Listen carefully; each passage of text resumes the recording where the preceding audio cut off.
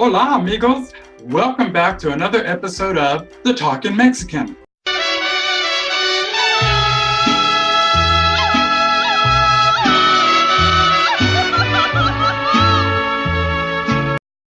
If you have not done so already, I would truly appreciate if you would subscribe to my YouTube channel. Also, if you would like to invite me, the Talking Mexican, to keynote or speak at your next event, please write me at iamthetalkingmexican@gmail.com. Tacos y frijoles. I don't know which is worse, expressing yourself to someone and receiving no response, or expressing yourself and receiving a stupid response. Sometimes walking the way of Christ can be extremely challenging. I am feeling challenged today. However, I said my prayers after getting dressed this morning, and that should help iron out the wrinkles in my shirt, metaphorically speaking, of course. Tomorrow is my cousin John's birthday. I need to remember to wish him a happy birthday. I have another birthday to remember on New Year's Day, también. Some people think it rocks to have been born during Christmas week or the week leading up to the new year. My birthday is on the 28th of December. Wasn't exactly paradise growing up. Still, God knows my parents always did their best where my birthday was concerned. Speaking of parents, I have not spoken to either one as of late. Let's see, Dad was the last of my parents I spoke with by telephone. I did receive a Christmas card from Mother earlier this month. Now that I'm in possession of her home address, if I cannot call her, I'm going to send her a letter. It was reported on the local news yesterday that President Obama has decided to levy additional sanctions against Russia, in addition to expelling some of their diplomats as punishment for interfering with the recent U.S. presidential elections. According to a headline I read this morning on the Huffington Post, Putin is going to wait to see what the Donald does after taking office before responding officially or retaliating. This is so ridiculous. This needs to stop. Good grief, this tug of war between my heart and my mind is driving me insane. My mind keeps trying to convince me that perhaps I have grown weary of life. Hey, no worries, I have no plans of biting the big enchilada anytime soon. In contrast, however, my heart keeps shouting, don't listen to that oversized wrinkled peanut. Keep fighting, keep believing, and keep praying. It, whatever it is, will eventually come to fruition. You know what? I believe that. I have much to think about going into the new year. The problem with thinking, especially when one tends to overthink, with all that thinking, nothing actually gets accomplished. For instance, I can think about looking for a great paying job or a speaking gig while feeling sorry for myself because of my present circumstance, or I can get off my fat ass, pardon my French, and perform the steps necessary to obtain a great paying job or speaking gig. Ugh! I hate it when I have to slap my own face back into reality. But sometimes it is necessary. Today is one of those days. Pardon me while there, I feel better. Okay, where was I? Oh yes, moving forward into 2017. Oh, before I forget, if you did not get an opportunity to watch my posts on the 12 Days of Your New Life based on my book, 12 Doors Knocking 2009, Carlos Microcommunications, you may do so by going to my website and clicking on the Talking Mexican link.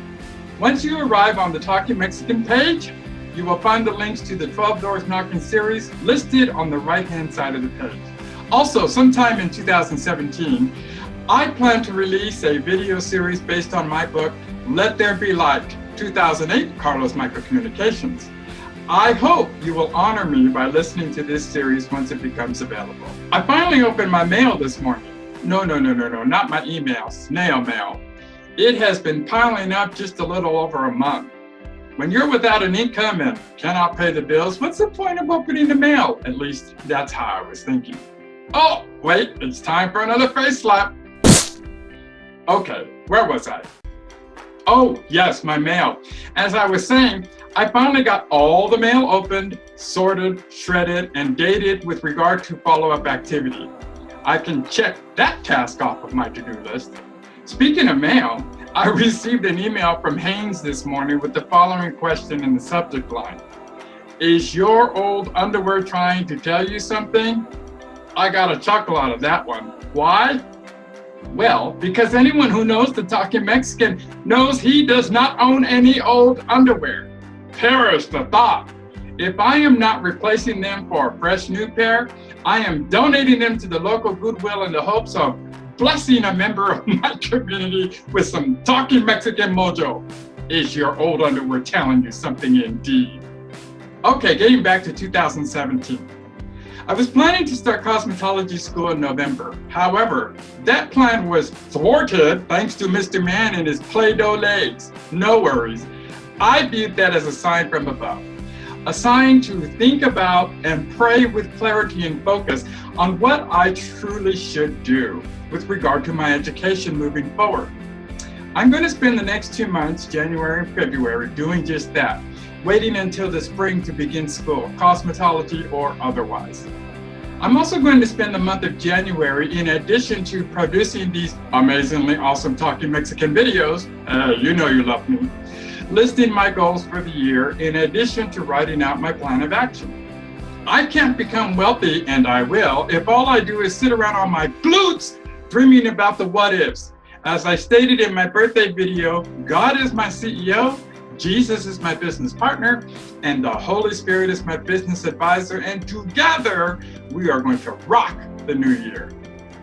Being that Terry S. of Whittier, California loved my video post of The Man at the Window on Christmas Day, I have decided to complete another short story written years ago but never released. I will publish another video on the Talking Mexican. I'm not certain which story I will release, but I will keep you posted.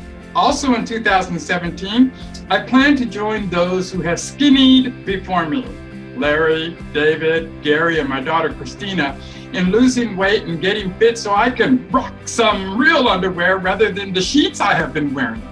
Of course, your encouragement and support will be much appreciated.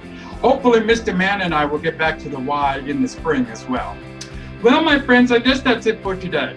Thank you for listening and for sharing what turned out to be a rather contentious and challenging year. Wouldn't you agree? However, having said that, I do not plan to let the challenges of 2016 affect or impact me negatively in 2017. I hope you won't either. Ooh, one more thing before I go, and please really take this seriously.